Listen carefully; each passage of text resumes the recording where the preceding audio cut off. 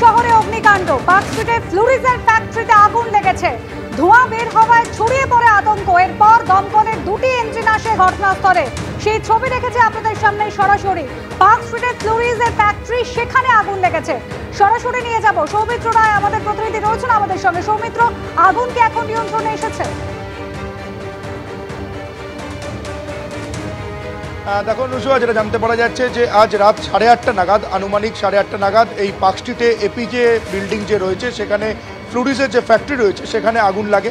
এখানে স্থানীয় যারা প্রত্যক্ষদর্শী রয়েছেন তারা যেমনটা জানাচ্ছেন যে তারা আগুনের শিখা দেখে তারা দমকলে খবর দেন। দমকলের দুটি ইঞ্জিন এই মুহূর্তে ঘটনাস্থলে এসেছে, তারা কাজ করছে। এই মুহূর্তে দমকল সূত্র মারফত এটা খবর পাওয়া যাচ্ছে যে আগুন নিয়ন্ত্রণে।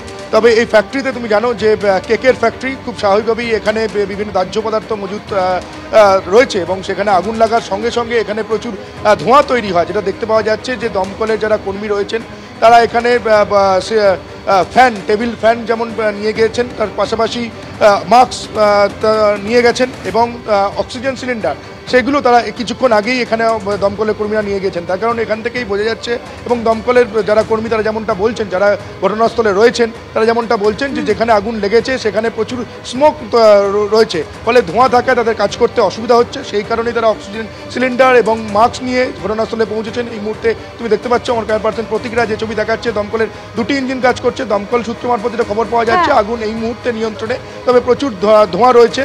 সেই ধোঁয়া যাতে দূর করা যায় তারই কাজ করছে দমকলের ইঞ্জিনরা এই মুহূর্তে। তবে শহরে ফের অগ্নিকাণ্ডের ঘটনা ঘটলো, এটা একটা তাৎপর্যপূর্ণ ঘটনা, সেটা বলাই যায়। ধন্যবাদ সৌমিত্র। পাক চীনা রাষ্ট্রদূতের সঙ্গে বিএনপির বৈঠকের পর এবার জামাতের সঙ্গে বৈঠক ব্রিটিশ হাই কমিশনারের। বাংলাদেশে নিযুক্ত ব্রিটেনের হাই কমিশনার সারা কুকের সঙ্গে বৈঠক জামাতে ইসলামী। সম্প্রতি বাংলাদেশে হিন্দুদের ওপর আক্রমণ নিয়ে সরব হন ব্রিটিশ সাংসদ, আর এবার ব্রিটিশ হাই কমিশনারের সঙ্গে বৈঠক জামাতে ইসলামীর প্রতিনিধি দলের।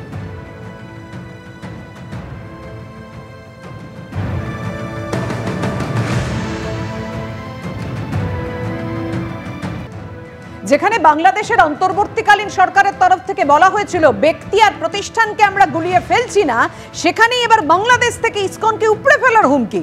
ইসকনকে ক্যান্সারের সঙ্গে তুলনা মৌলবাদী, প্রকাশ্যে হিন্দু সংখ্যালঘু নিধনের নির্দেশ দিচ্ছেন মৌলবাদীরা। প্রাইভেট জেটে সারা দেশে ঘুরে ইসকন ও তার ভক্তদের হত্যার হুমকি দেওয়া হচ্ছে।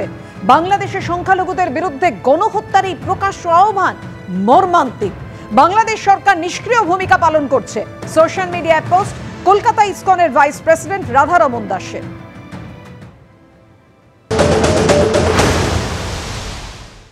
আমি স্পষ্ট দেখতে পাচ্ছি বাংলাদেশে এখন সবচেয়ে বড় বিপর্যয়কারী হচ্ছে ইসকন। ইসকন হচ্ছে হিন্দুত্ববাদী উগ্রবাদী এক সংগঠন। সারা বাংলাদেশে ইতিমধ্যে এটা ক্যান্সারের মতো রূপ ধারণ করেছে। আমি যখন আজকে ঢাকা থেকে আমি রাজশাহীতে ফ্লাইটে এসেছি, সেখান থেকে আলহামদুলিল্লাহ আমাদের ইউসুফ ভাই উনি লোক পাঠিয়ে রিসিভ করিয়েছেন। আমি আসার সময় দেখলাম আপনাদের এই অঞ্চলে ইসকনের মনে হয় একটা মন্দির আছে। এরা সমাজে ক্যান্সারের মতো, কিসের মতো? ক্যান্সারের কোনো অ্যান্সার, ক্যান্সারের একটাই আনসার, সেটা হচ্ছে এটা উগরে ফেলতে হবে।